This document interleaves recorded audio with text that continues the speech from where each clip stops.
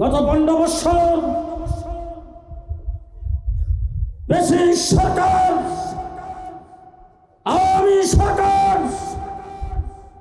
বাংলাদেশে যে হত্যাকাণ্ড নির্যাতন চালিয়েছে তাতে প্রমাণ করেছে বর্তমান বিশ্বের দরবারে সবচাইতে বড় একটি সন্ত্রাসী সংগঠন আওয়ামী লীগ।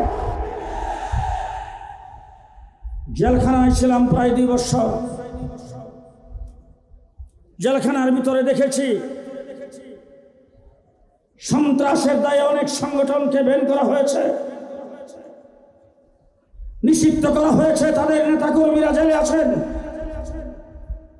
যতগুলি সংগঠনকে নিষিদ্ধ করা হয়েছে সবগুলি সংগঠনের নিষিদ্ধ হওয়ার কারণ বা সন্ত্রাসী কার্যক্রম যদি তালাশ করা হয়, আওয়ামী লীগের একদিনের সন্ত্রাসের সমান হবে না। সুতরাং আজকের মঞ্চ থেকে দাবি জানাতে চাই, সন্ত্রাসের দায়ে আওয়ামী লীগকে নিষিদ্ধ করতে হবে, আওয়ামী লীগকে নিষিদ্ধ করতে হবে।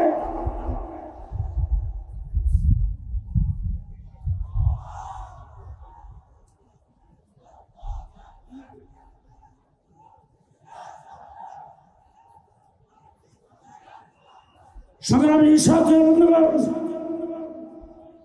শাপলা চত্বরে আমরা রক্ত দিয়েছিলাম। সেই রক্তের মাধ্যমে আওয়ামী লীগের পতন কণ্ঠে বেরিয়েছিল। সুলহ হুদাইবিয়াতে আল্লাহ পাক ঘোষণা করেছিলেন, ইন্না ফাতাহনা লাকা ফাতহাম মুবিনা। কিন্তু ফতেহ হয়েছে ফতেহ মক্কার সময়ে।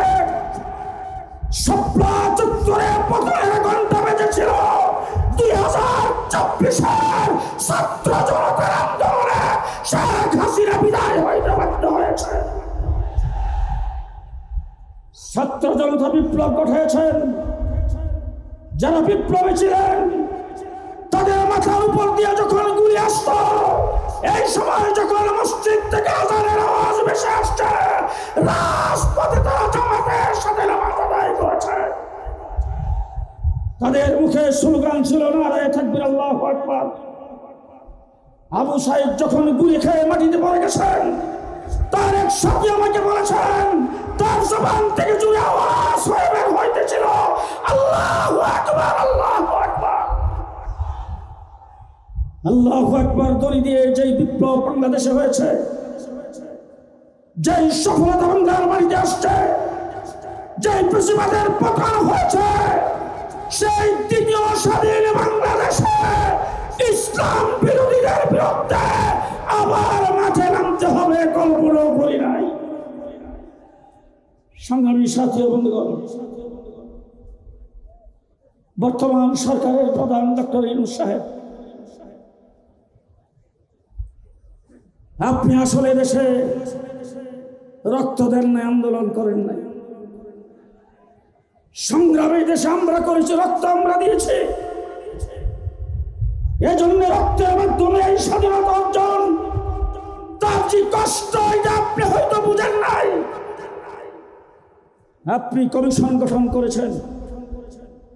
আমরা প্রথমেই বলেছিলাম কমিশন গঠন করতে আপনাকে খেয়াল করতে হবে, দেশটা মুসলমানের দেশ, ইসলাম বিরোধী কাউকে দিয়ে কমিশন গঠন করা যাবে না। আজকে প্রমাণিত হয়েছে যাদেরকে দিয়ে আপনি কমিশন গঠন করেছেন তারা তসলিমা নাসরিনের ডিমের ফুটানো বাচ্চা। তারা বাংলাদেশের ধর্মপ্রাণ মুসলমান নারীদের প্রতিনিধিত্ব করে না, তারা পেশাদার প্রতিনিধিত্ব করে।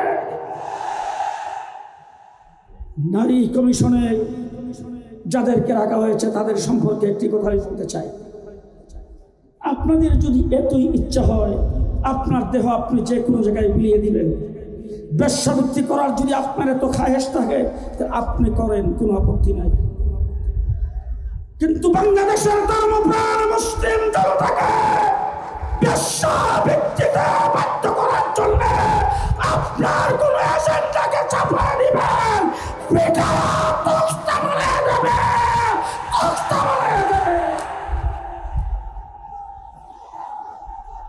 সংগ্রামী সাথী ও বন্ধুগণ, সংগ্রামী সাথী ও বন্ধুগণ, সময় কম, বহুত কিছু বলার ছিল।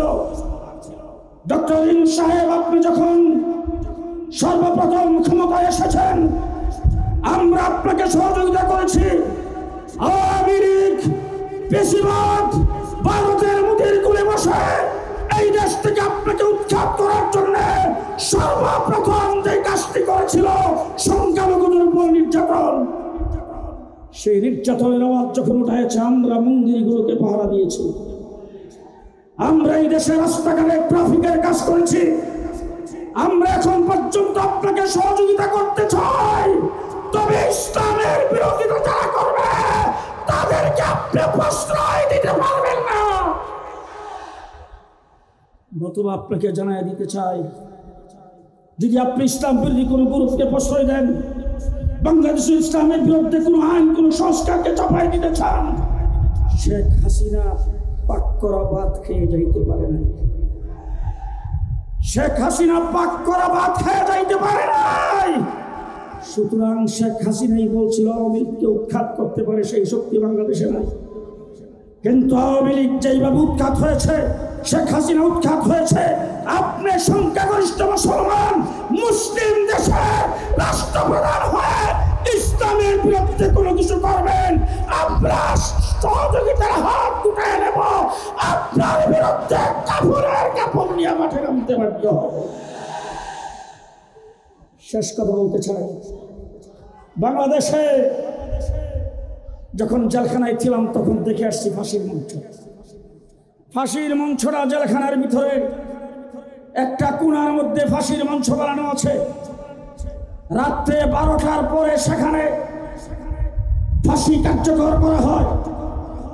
বাংলাদেশে শেখ হাসিনা যে নির্যাতন চালিয়েছেন, যেইভাবে গুম হত্যা করেছেন, দেশ থেকে যেইভাবে লুণ্ঠন করেছেন, শেখ হাসিনার বাংলাদেশে আসতে পারবে না।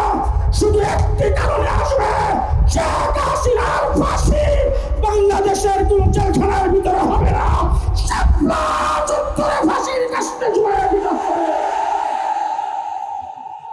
সংগ্রামী সাথী বন্ধুগণ,